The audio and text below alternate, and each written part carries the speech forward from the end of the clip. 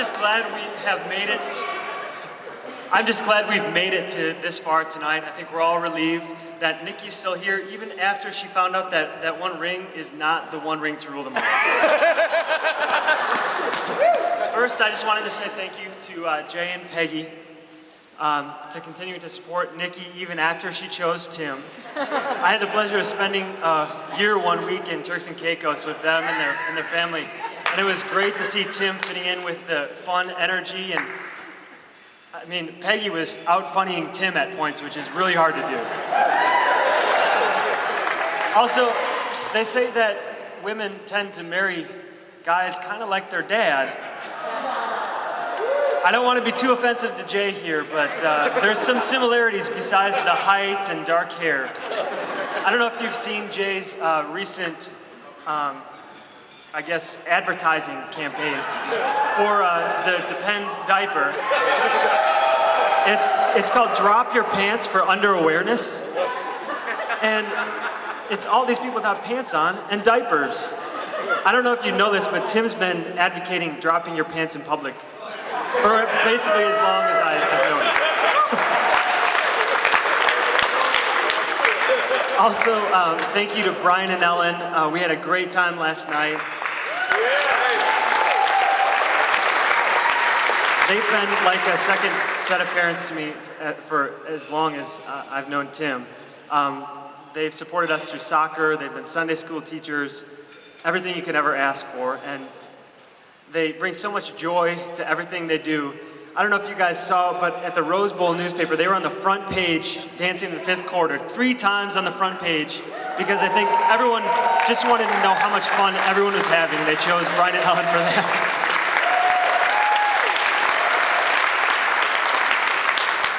So now we talk about the man. There are some who call him Tim. What a wonderful day it is for him. What a wonderful day it is for all of us here.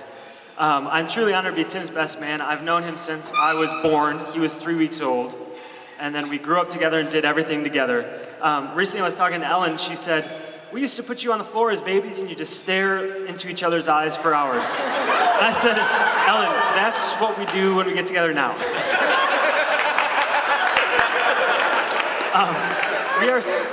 We are extremely close. We're so close that when Brian and Ellen went to get their personalized vanity plates, it's Betts. B-E-T-T-S. Brian, Ellen, Tim, Todd, and Scott. We've won coloring contests together, but we've never won one on our own. We're so close that Tim has been to my dad's work functions multiple times when I am nowhere to be found. I've got something else to do. We're so close that my own little brother has learned more about life from Tim than he has from me, especially fart jokes and pranks. We're so close that when my mom yells at my little brother Alex when he's in trouble, she points at him and says, Scott, you get over here. And then she goes, oh, Tim, you little S-H-I-T. And then she finally gets the right name.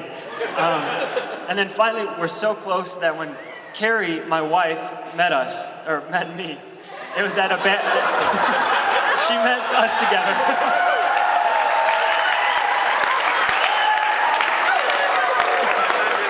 It was at a Badger tailgate, and Carrie, of course, went home the next day to try to Google me, because it's the age of the internet, and she typed in Scott Schultz.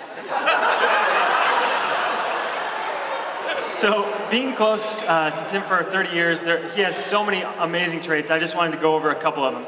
Number one, everyone knows he's a go-getter. From 2000 to 2007, one senior at RFHS wrote in the graduation advice column, be a go-getter like Tim Schultz. When he finds something that interests him, he goes after it, and it started at a young age. He tried out for Dennis the Menace and sent in this audition video, and he had all these funny things and crazy inventions, and it just went on from there. He's always the first person to get up and volunteer for something. He's tried baling hay with Danny Sitz. He's tried herding cattle, lumberjacking, roller coasters. He's tried everything. As we've gotten older, he has always put in maximum effort to whatever piques his interest. Some of these have not gone quite as planned, like when he tried to start a company with Danny selling mini decorative hay bales. That was kind of a flop. Other than that, though, he's been completely successful. From funny stuff to he's developed so many dances. One of them made it to Saturday Night Live, and he did not get credit, but Google it when you get home. The sloppy swish is Tim's dance. Years before it made it on that show. He's still one of the only 2 people I know who can jump over their own arm. He'll show you that later. He's found great success on the old slide trombone. He was the #1 chair in the state honors band for 3 years in high school. Literally the best trombonist in the state.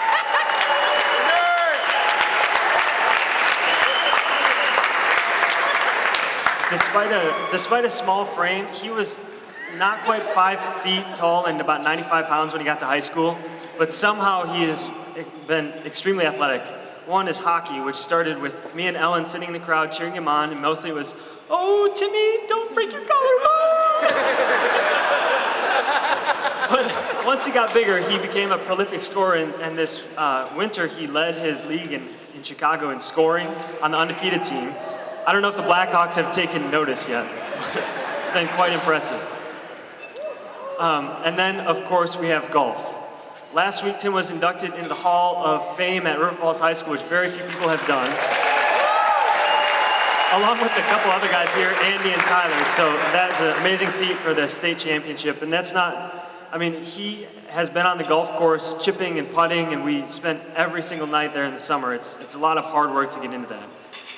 And then finally, in anything related to business, he has taken every assignment seriously.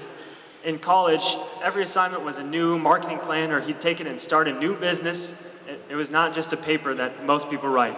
He spent so much time in the library that he earned the nickname Bic for all the mechanical pencils he would wear out. This has totally translated to the business field, where he's had a dynamic career. It seems like every time I run into him, he has a new promotion. So I can't wait to see what he does in his career. The second trait is his sense of humor, which anyone who's met him knows that he always wants to make people laugh. Literally every single moment he's thinking of how he can make people laugh. I was listening to a podcast with this comedic actor, and they were talking about being friends with Chris Farley, and they said you can't go anywhere with him without, I mean, you have no idea what's going to happen next to make someone laugh. And it happens, I mean, just sitting at the table with him, I've been laughing the whole night. In college, we'd go out after a snowstorm and there'd be ice on the ground, and he'd find the busiest time when thousands of kids walking to class, and he'd get the biggest stack of books he could find, and he'd fake slip on the ice. He wouldn't really slip on the ice, he'd fake and just toss all the books up in the air and land in a snowbank. When we'd go to the mall with my mom or Ellen, he would find the biggest group of people and find a loud metal garbage can and pretend, oh, I have no idea where I'm going. And he'd walk smack into the garbage can, cause this huge scene, and everyone would just die with laughter. One of the funniest moments, Tim is funny even when he doesn't even try to be. In middle school, we had a field trip to go watch Helen Keller, The Miracle Worker, extremely serious play. Very serious. There's thousands and thousands of middle school students in the crowd. As the curtain starts rising, dead silence, Tim lets out what he thought would be just a little fart. And instead it was huge. It literally boomed and echoed off every single wall. So the curtain rises and the actors are trying to calm their blind and deaf baby, and the entire crowd is just dying of laughter. So even inadvertently, he causes amazing joy. That's joy. When you laugh from a fart joke, it's joy. Finally, the trait that I love most about Tim is his amazing ability to be friends with anyone he meets. From strangers to his best friends, everyone he comes in contact with is having a good time, they're smiling, they're laughing. When we go to football games at away, he doesn't say, I hate you, Michigan State. He goes out to people and learns what they're having fun, and he teaches them the Badger stuff. And that's just how he treats his enemies. With his friends, he will do anything to make you feel better. So if you are worried about buying mice as your next pet, he will go buy mice with you.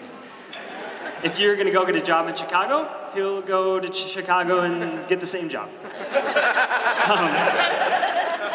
If you need to stay up late for a test, he'll stay up late with you and probably write a guitar song about it. And then as far as his closest friends, Tim has been incredible to me at every moment. The last time I ever remember being scared in a social situation, I moved to a new school in 2nd grade, and Tim had already been there for a year. And he already had all his friends, but I went into the lunch room the first day with my tray of lunch, and I was walking around trying to find places to sit. And I got a mix of seats taken or can't sit here. And then finally I met Tim, and he was waving, and he introduced me to everyone at his table. And literally from that point forward, I've never been scared in a social situation. Probably because Tim has been at every one of my social situations. But even if not, I'm texting him or, I don't know, sending selfies. So Tim, thank you for being a perfect friend. Briefly, I'm going to get into what happened when you met Nikki and she's in your life. So Tim had finally moved away from me. We'd lived together for 6 or 7 years. And despite doing quite well in Chicago, he had moved back to live with me. And in the summer of 2008, things were going as normal. I would walk in and Tim would say, "Can I pour you a beer?" And I said, "It's a little early for that, big time Timmy Jim." He'd say, "For a beer?" And I'd say, "No, for stupid questions. Pour me that beer." So I was all ready for a normal fall of Badger football Saturdays and Packers and Vikings on Sundays when that magical weekend happened and Tim and Nikki met. My sister was kind enough to put them together. I had met Nikki briefly before they met, but I didn't know much about her, so it was great to get to know her initially. My first memory is, of course, of them watching Lord of the Rings in the living room of my house. But really the things I remember about their early days is how quickly Tim changed. Just like that. Tim had never planned a single thing in his entire life. He left that up to me. But now, all of a sudden, he was planning things to do with Nikki. He was learning to cook, at least something other than calling Silvermine for Georgetown. He all of a sudden had a new fashion sense. I think some skinny jeans, scarves, toms, some pea coats. Just a big change for Tim. And of course, all of a sudden, Nikki had moved to Chicago, and Chicago, where he had been kind of bored the first year he was there, Chicago became this wonderful, magical, heavenly place now that Nikki was there. And he got back down there as quick as possible.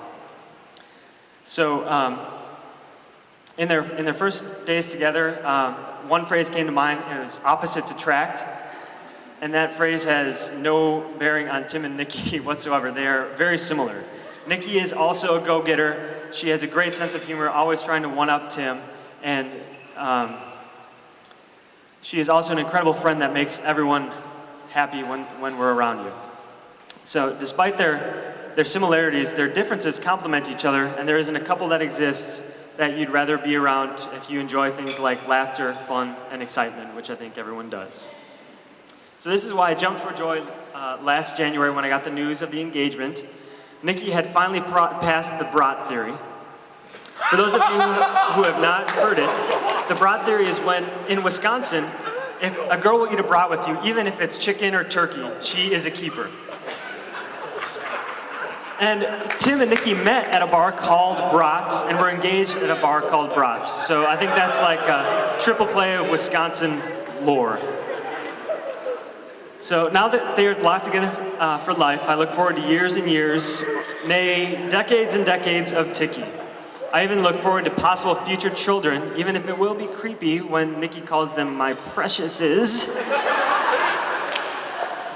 So to wrap things up, Tim and Nikki's life together so far has had a very unique soundtrack. We've watched them sing Varsity Arm in Arm in Camp Randall, dance to Brown Eyed Girl and Buttercup in the living room at Doty. They have competed in a dance contest at Logan's in Madison. They celebrate to Chelsea Dagger and Bang the Drum All Day in Chicago and Green Bay. And we have watched them stare lovingly into each other's eyes during days like this. So before I bid you all fondue, please raise your glasses to the newlyweds. Their strongest and sweetest songs are yet to be sung. Enjoy.